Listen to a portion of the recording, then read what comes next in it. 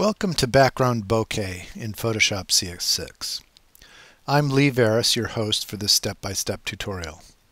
I'm going to show you how to simulate a limited depth of field effect using Photoshop to create the kind of lens blur that throws the background out of focus while preserving the focus of the main subject. This step-by-step tutorial will start with this image, where the background is just a little too distracting, and we will throw the background out of focus, keeping the subject in full sharp focus. Along the way, we will look at making selections and refining the selection edge, using layer masks and loading selections from masks. We will briefly look at the new iris blur and tilt shift filters and why we might not want to use them. We will examine the shape blur filter in detail and see how it can be used to simulate lens bokeh. And we will see how ContentAware fill can be used to eliminate a common problem with this blurring technique. Okay, let's get started. So here in Photoshop, we have an image where the subject is perhaps a little too close to the background. And ideally, I would like this background to be less distracting, so I'd like to throw it out of focus a little bit more than it is now. And before we get into this technique here, let's look at some of the new blur filters in Photoshop, because these are often used to suggest a solution for this issue. So let's go to Filter Blur, and the new filters are up here: Field Blur, Iris Blur, and Tilt Shift. Let's look at Tilt Shift, because this is kind of interesting and it gets demoed a lot. In this filter, we can place the area of sharp focus using this sort of target symbol here, and I can just sort of drag it, place it over the eyes. Usually, if I was going to use this technique to get sort of a faux limited depth of field effect, I would place the sharp focus on the eyes. This sort of circular dot area here between these two dots is the sharp area, and we can pull these dots in. It also tends to rotate the interface. If I hold down the Shift key, I can keep it from rotating, or at least constrain it to be perfectly horizontal. And normally I would just make the sharp area right through the eyes, and the dotted line sort of represents the transition into full blur. So inside, in between the two dots, we have full sharpness. Outside the dot, it starts to progress into blur, and then past the dotted lines, it's into the full blur effect of the filter. So I can drag these and change where the blur occurs across the image. I can increase the blur using this slider, or I can kind of click and drag into the circular interface here, but I find it easier to use the slider in this case. So here we see the effect of the kind of tilt shift thing. So if you are shooting with a view camera, you can tilt the lens forward and change the plane of focus so it runs more horizontally and just intersects the eyes. We'll say OK here, and it renders the effect. And in some cases, it can look somewhat convincing. Of course, it doesn't help me out here, because really what I want to have happen, I want to have the subject in full focus and just the background that he's separated from. I want that background to be out of focus. So this effect, although it's interesting, it doesn't really solve the problem. So let's Command Z that. All right, well, maybe we'll just step back through history here. And let's look at another filter. One of the other new filters here is Filter Blur. We can go to Iris Blur. And this is somewhat similar in that we have a similar interface. We can place the area of sharp focus right over the face. It is sharp inside the area of the white dots here. I can make that area a little bit smaller. I can extend the transition area by stretching, by pulling these little lines apart. And I can increase the blur here either by moving the slider here or clicking and dragging in this sort of target symbol here. And in essence, what I can do is sort of simulate a lens baby effect where the outside of the frame is out of focus and it gradually gets more in focus as it goes in towards the center. Again, kind of an interesting technique, but it doesn't quite solve the problem, because really what I want to do is have just the background right behind the figure out of focus and not the rest of the subject being out of focus. So let's undo that. So really what I'm going to need to do is select the subject and put him in a separate layer and then blur the background. No way around it. So let's first make a selection, and we can do a very effective selection using the new quick selection tool. So I'm going to make sure I've got this tool selected, and this tool is kind of a brush, and you can change the sensitivity of the selection by changing the size of the brush. But in essence, if I brush inside the subject here, it will sort of snap to and find the edge. In this case, it's very easy because the background is a completely different color, so it's very easy to isolate the subject. Of course, there's a little bit of a problem up here. I've caught some of the background here. I need to subtract it. And like all selection tools, if I hold down the Option key, I can subtract from the selection. You can kind of see the cursor here changing to a minus sign to indicate that I'm going to subtract this part of the selection. If I click and drag in that, I can subtract that part of the selection. So the Quick Select tool, in a lot of cases, it will snap to the edge of the subject that you're dragging the tool over, and it's done a pretty good job here. But more than likely it's not perfect. And so we're going to go and click on Refine Edge. And then we get the Refine Edge dialog. This was a new feature in CS5, and it really works quite well. In this case, what I'd really like to have happen is have a little nicer edge on the hair. Let me zoom in here a little bit. You can kind of see it's sort of not feathering the edge quite right, and although it's pretty decent along the hard edges of the subject, I'd kind of like to get it to nicely feather here. So let's work the Refine Edge dialog to achieve that. The first thing we're going to do is work on the edge detection. If I change the radius, I just add some radius effect here. You can kind of see how it's modifying the edge a little bit here. Let's show the radius so we can see how much of the edge Photoshop is looking at. Well, we need to see a lot more of that. So let's increase this a bit. In fact, I need to make sure that I get all of the hair wisps, so I'm going to just increase the radius quite a bit here. But I actually don't need to reach inside that hair edge so much. So if I choose Smart Radius, it will modify the area that it's looking at and try to include the hair wisps, but not so much when it reaches a sharp edge. It gets a little tighter. All right, so I visualize the edge, but I can't really see what's happening in the mask. So I'm going to uncheck Show Radius and look at this. And we can kind of see it's attempting to get kind of a more detailed mask edge here. And we can see different views. Right now we're looking at it on black. We can see what it looks like on white. If we had it on a layer, we could look at it on layers. Or we can see sort of the rubylith overlay. And in some, depending on the image, all of these things can somehow make it easier to visualize the detail of that edge. I think it's easier in this case to look at it on black.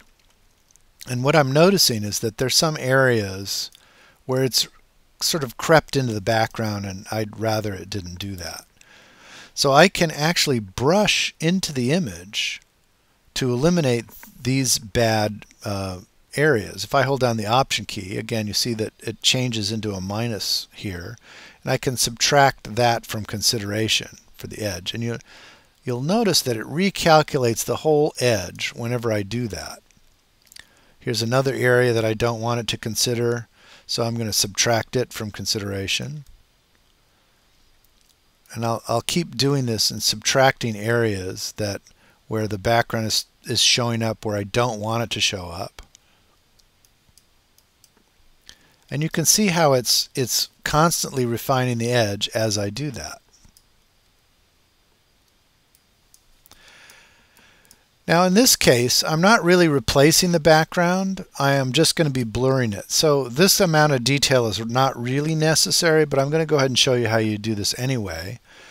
Again, subtracting parts of the background that I don't want to see, and it will recalculate and find the existing edge that's there. And look around, I've got a pretty decent hair edge now. It's at least it's good enough to work for the technique that I'm going to be looking at right now. You can see a pretty detailed edge there, and just the whiskers of his beard are being isolated. That's pretty cool. Okay. So we've got a nice selection now, and I'm just going to say output to selection. I could, in fact, output to different things here, and what I really need is to have this as a new layer with a layer mask. So I'm going to go ahead and output this as a new layer with a layer mask. And you can see here now I have him isolated in a new layer. We're looking at the transparency here. If I turn on the background, you can see there's the background. What I'd like to do now is I'd like to fix this cowlick. I'd like to round off the top of his head here. So I can edit the layer mask. So I'll go over here and click on the layer mask. And I'm going to edit this sort of the old school ways here. So I'm going to get a paintbrush and paint with black into the layer mask to kind of trim that off. So I'm just painting away here. And you can see if I solo this mask, if I option click on that layer mask, you'll see just the mask, and you see how I've just sort of trimmed it off. But that's not a great edge, right? That's not a very convincing hair edge. So I'm going to kind of edit this to try and make it look a little nicer. And for this type of thing, I like to use the smudge tool. So I'm going to select the little finger or the smudge tool here. And I like to use this multi-bristle brush option here. It's sort of an image of little spots, and that can create the effect of multiple bristles. I'm going to increase the size here. And I'm in this layer mask, and I'm just going to brush into that using these sort of multiple bristles and sort of fake the edge. Okay. And that's, you know, very often that can do the job here if we zoom out just a little bit. The only difference is that it's a little softer looking than the actual masked hair edge. So if I wanted to crisp that up and make it a little sharper, I could select the sharpen tool here. And again, I'm just working on the mask. If we solo the mask here, you can see that that edge is a lot fuzzier than the other edge. There's a little more detail on that other edge. And if I brush over this with the sharpen tool, I will make those little hair edges a little sharper and get it a little closer to the character of the other edge.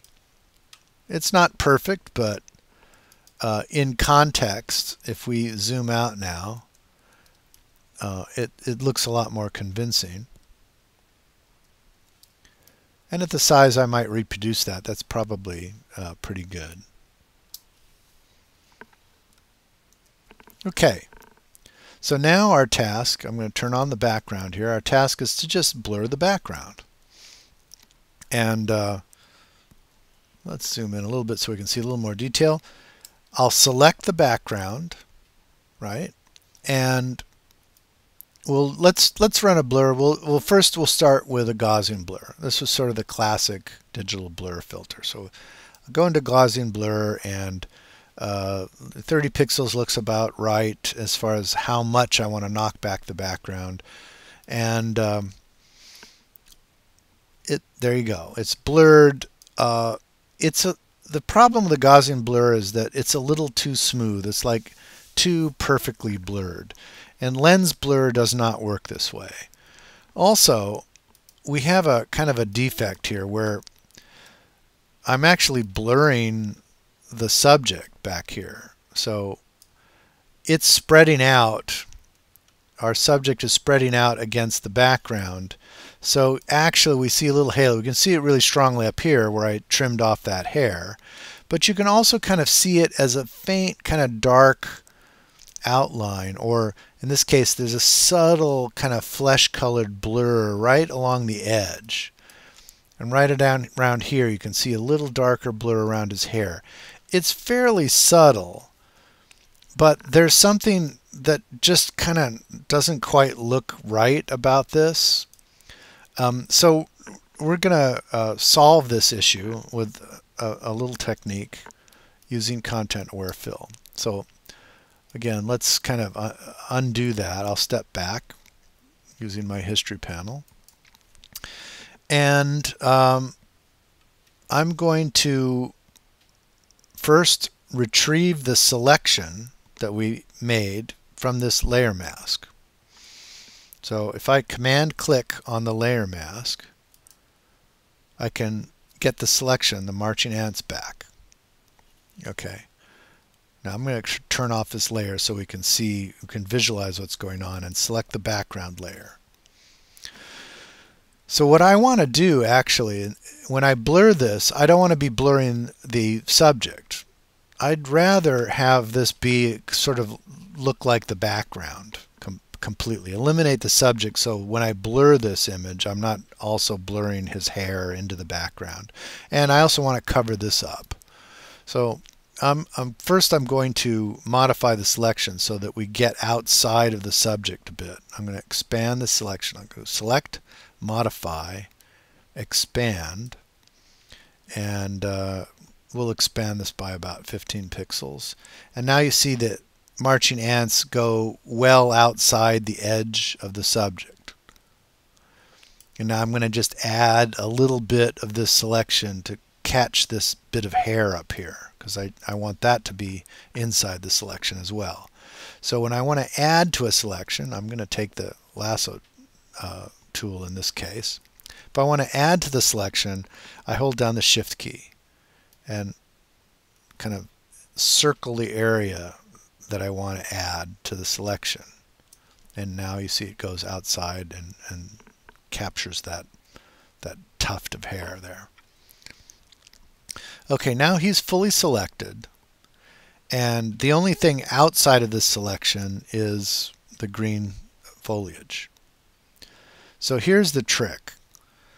We're going to fill this, and we're going to use Edit, Fill, ContentAware. So ContentAware looks outside of the selection and tries to replace whatever is inside the selection with the material outside the selection. So I say OK, and now Photoshop calculates, and it's looking all the way around the figure, and what it finds there are leaves and this foliage, and it's going to place all that stuff inside the selection. So I don't actually have to do any extra work here to clone things into the selection, which is the way I used to do this. And even though it takes a little while to do this calculation, it does a lot of the work for me. Okay, so now I have a background that's nothing but foliage. So I'm going to drop the selection. Nothing but foliage. I don't really care how well it's done as far as how it's filled in the selection. I've got the figure here covering up that stuff. And I have a clear background that I can blur. So I'm going to select the background again. And instead of using Gaussian blur, I propose that we look at a different blur filter. So we're going to do filter blur, but this time I'd like to look at the shape blur filter. Okay, so the shape blur filter will blur the inside, that background using a shape as the I guess it's how they calculate the blur in a different way. And you can load different shapes in here. I like to use the if I just select shapes here, it'll append some different shapes on it. I can select to append the shapes on here. And the one that I like to use is, if I can find it here, this hexagonal shape, because I feel like that kind of simulates a lens iris effect. And you get sort of a different effect depending on how much of a blur you apply. So what I'm looking for is a little more of that sort of complex out of focus thing that happens with a lens. The lens doesn't simply just smooth everything out.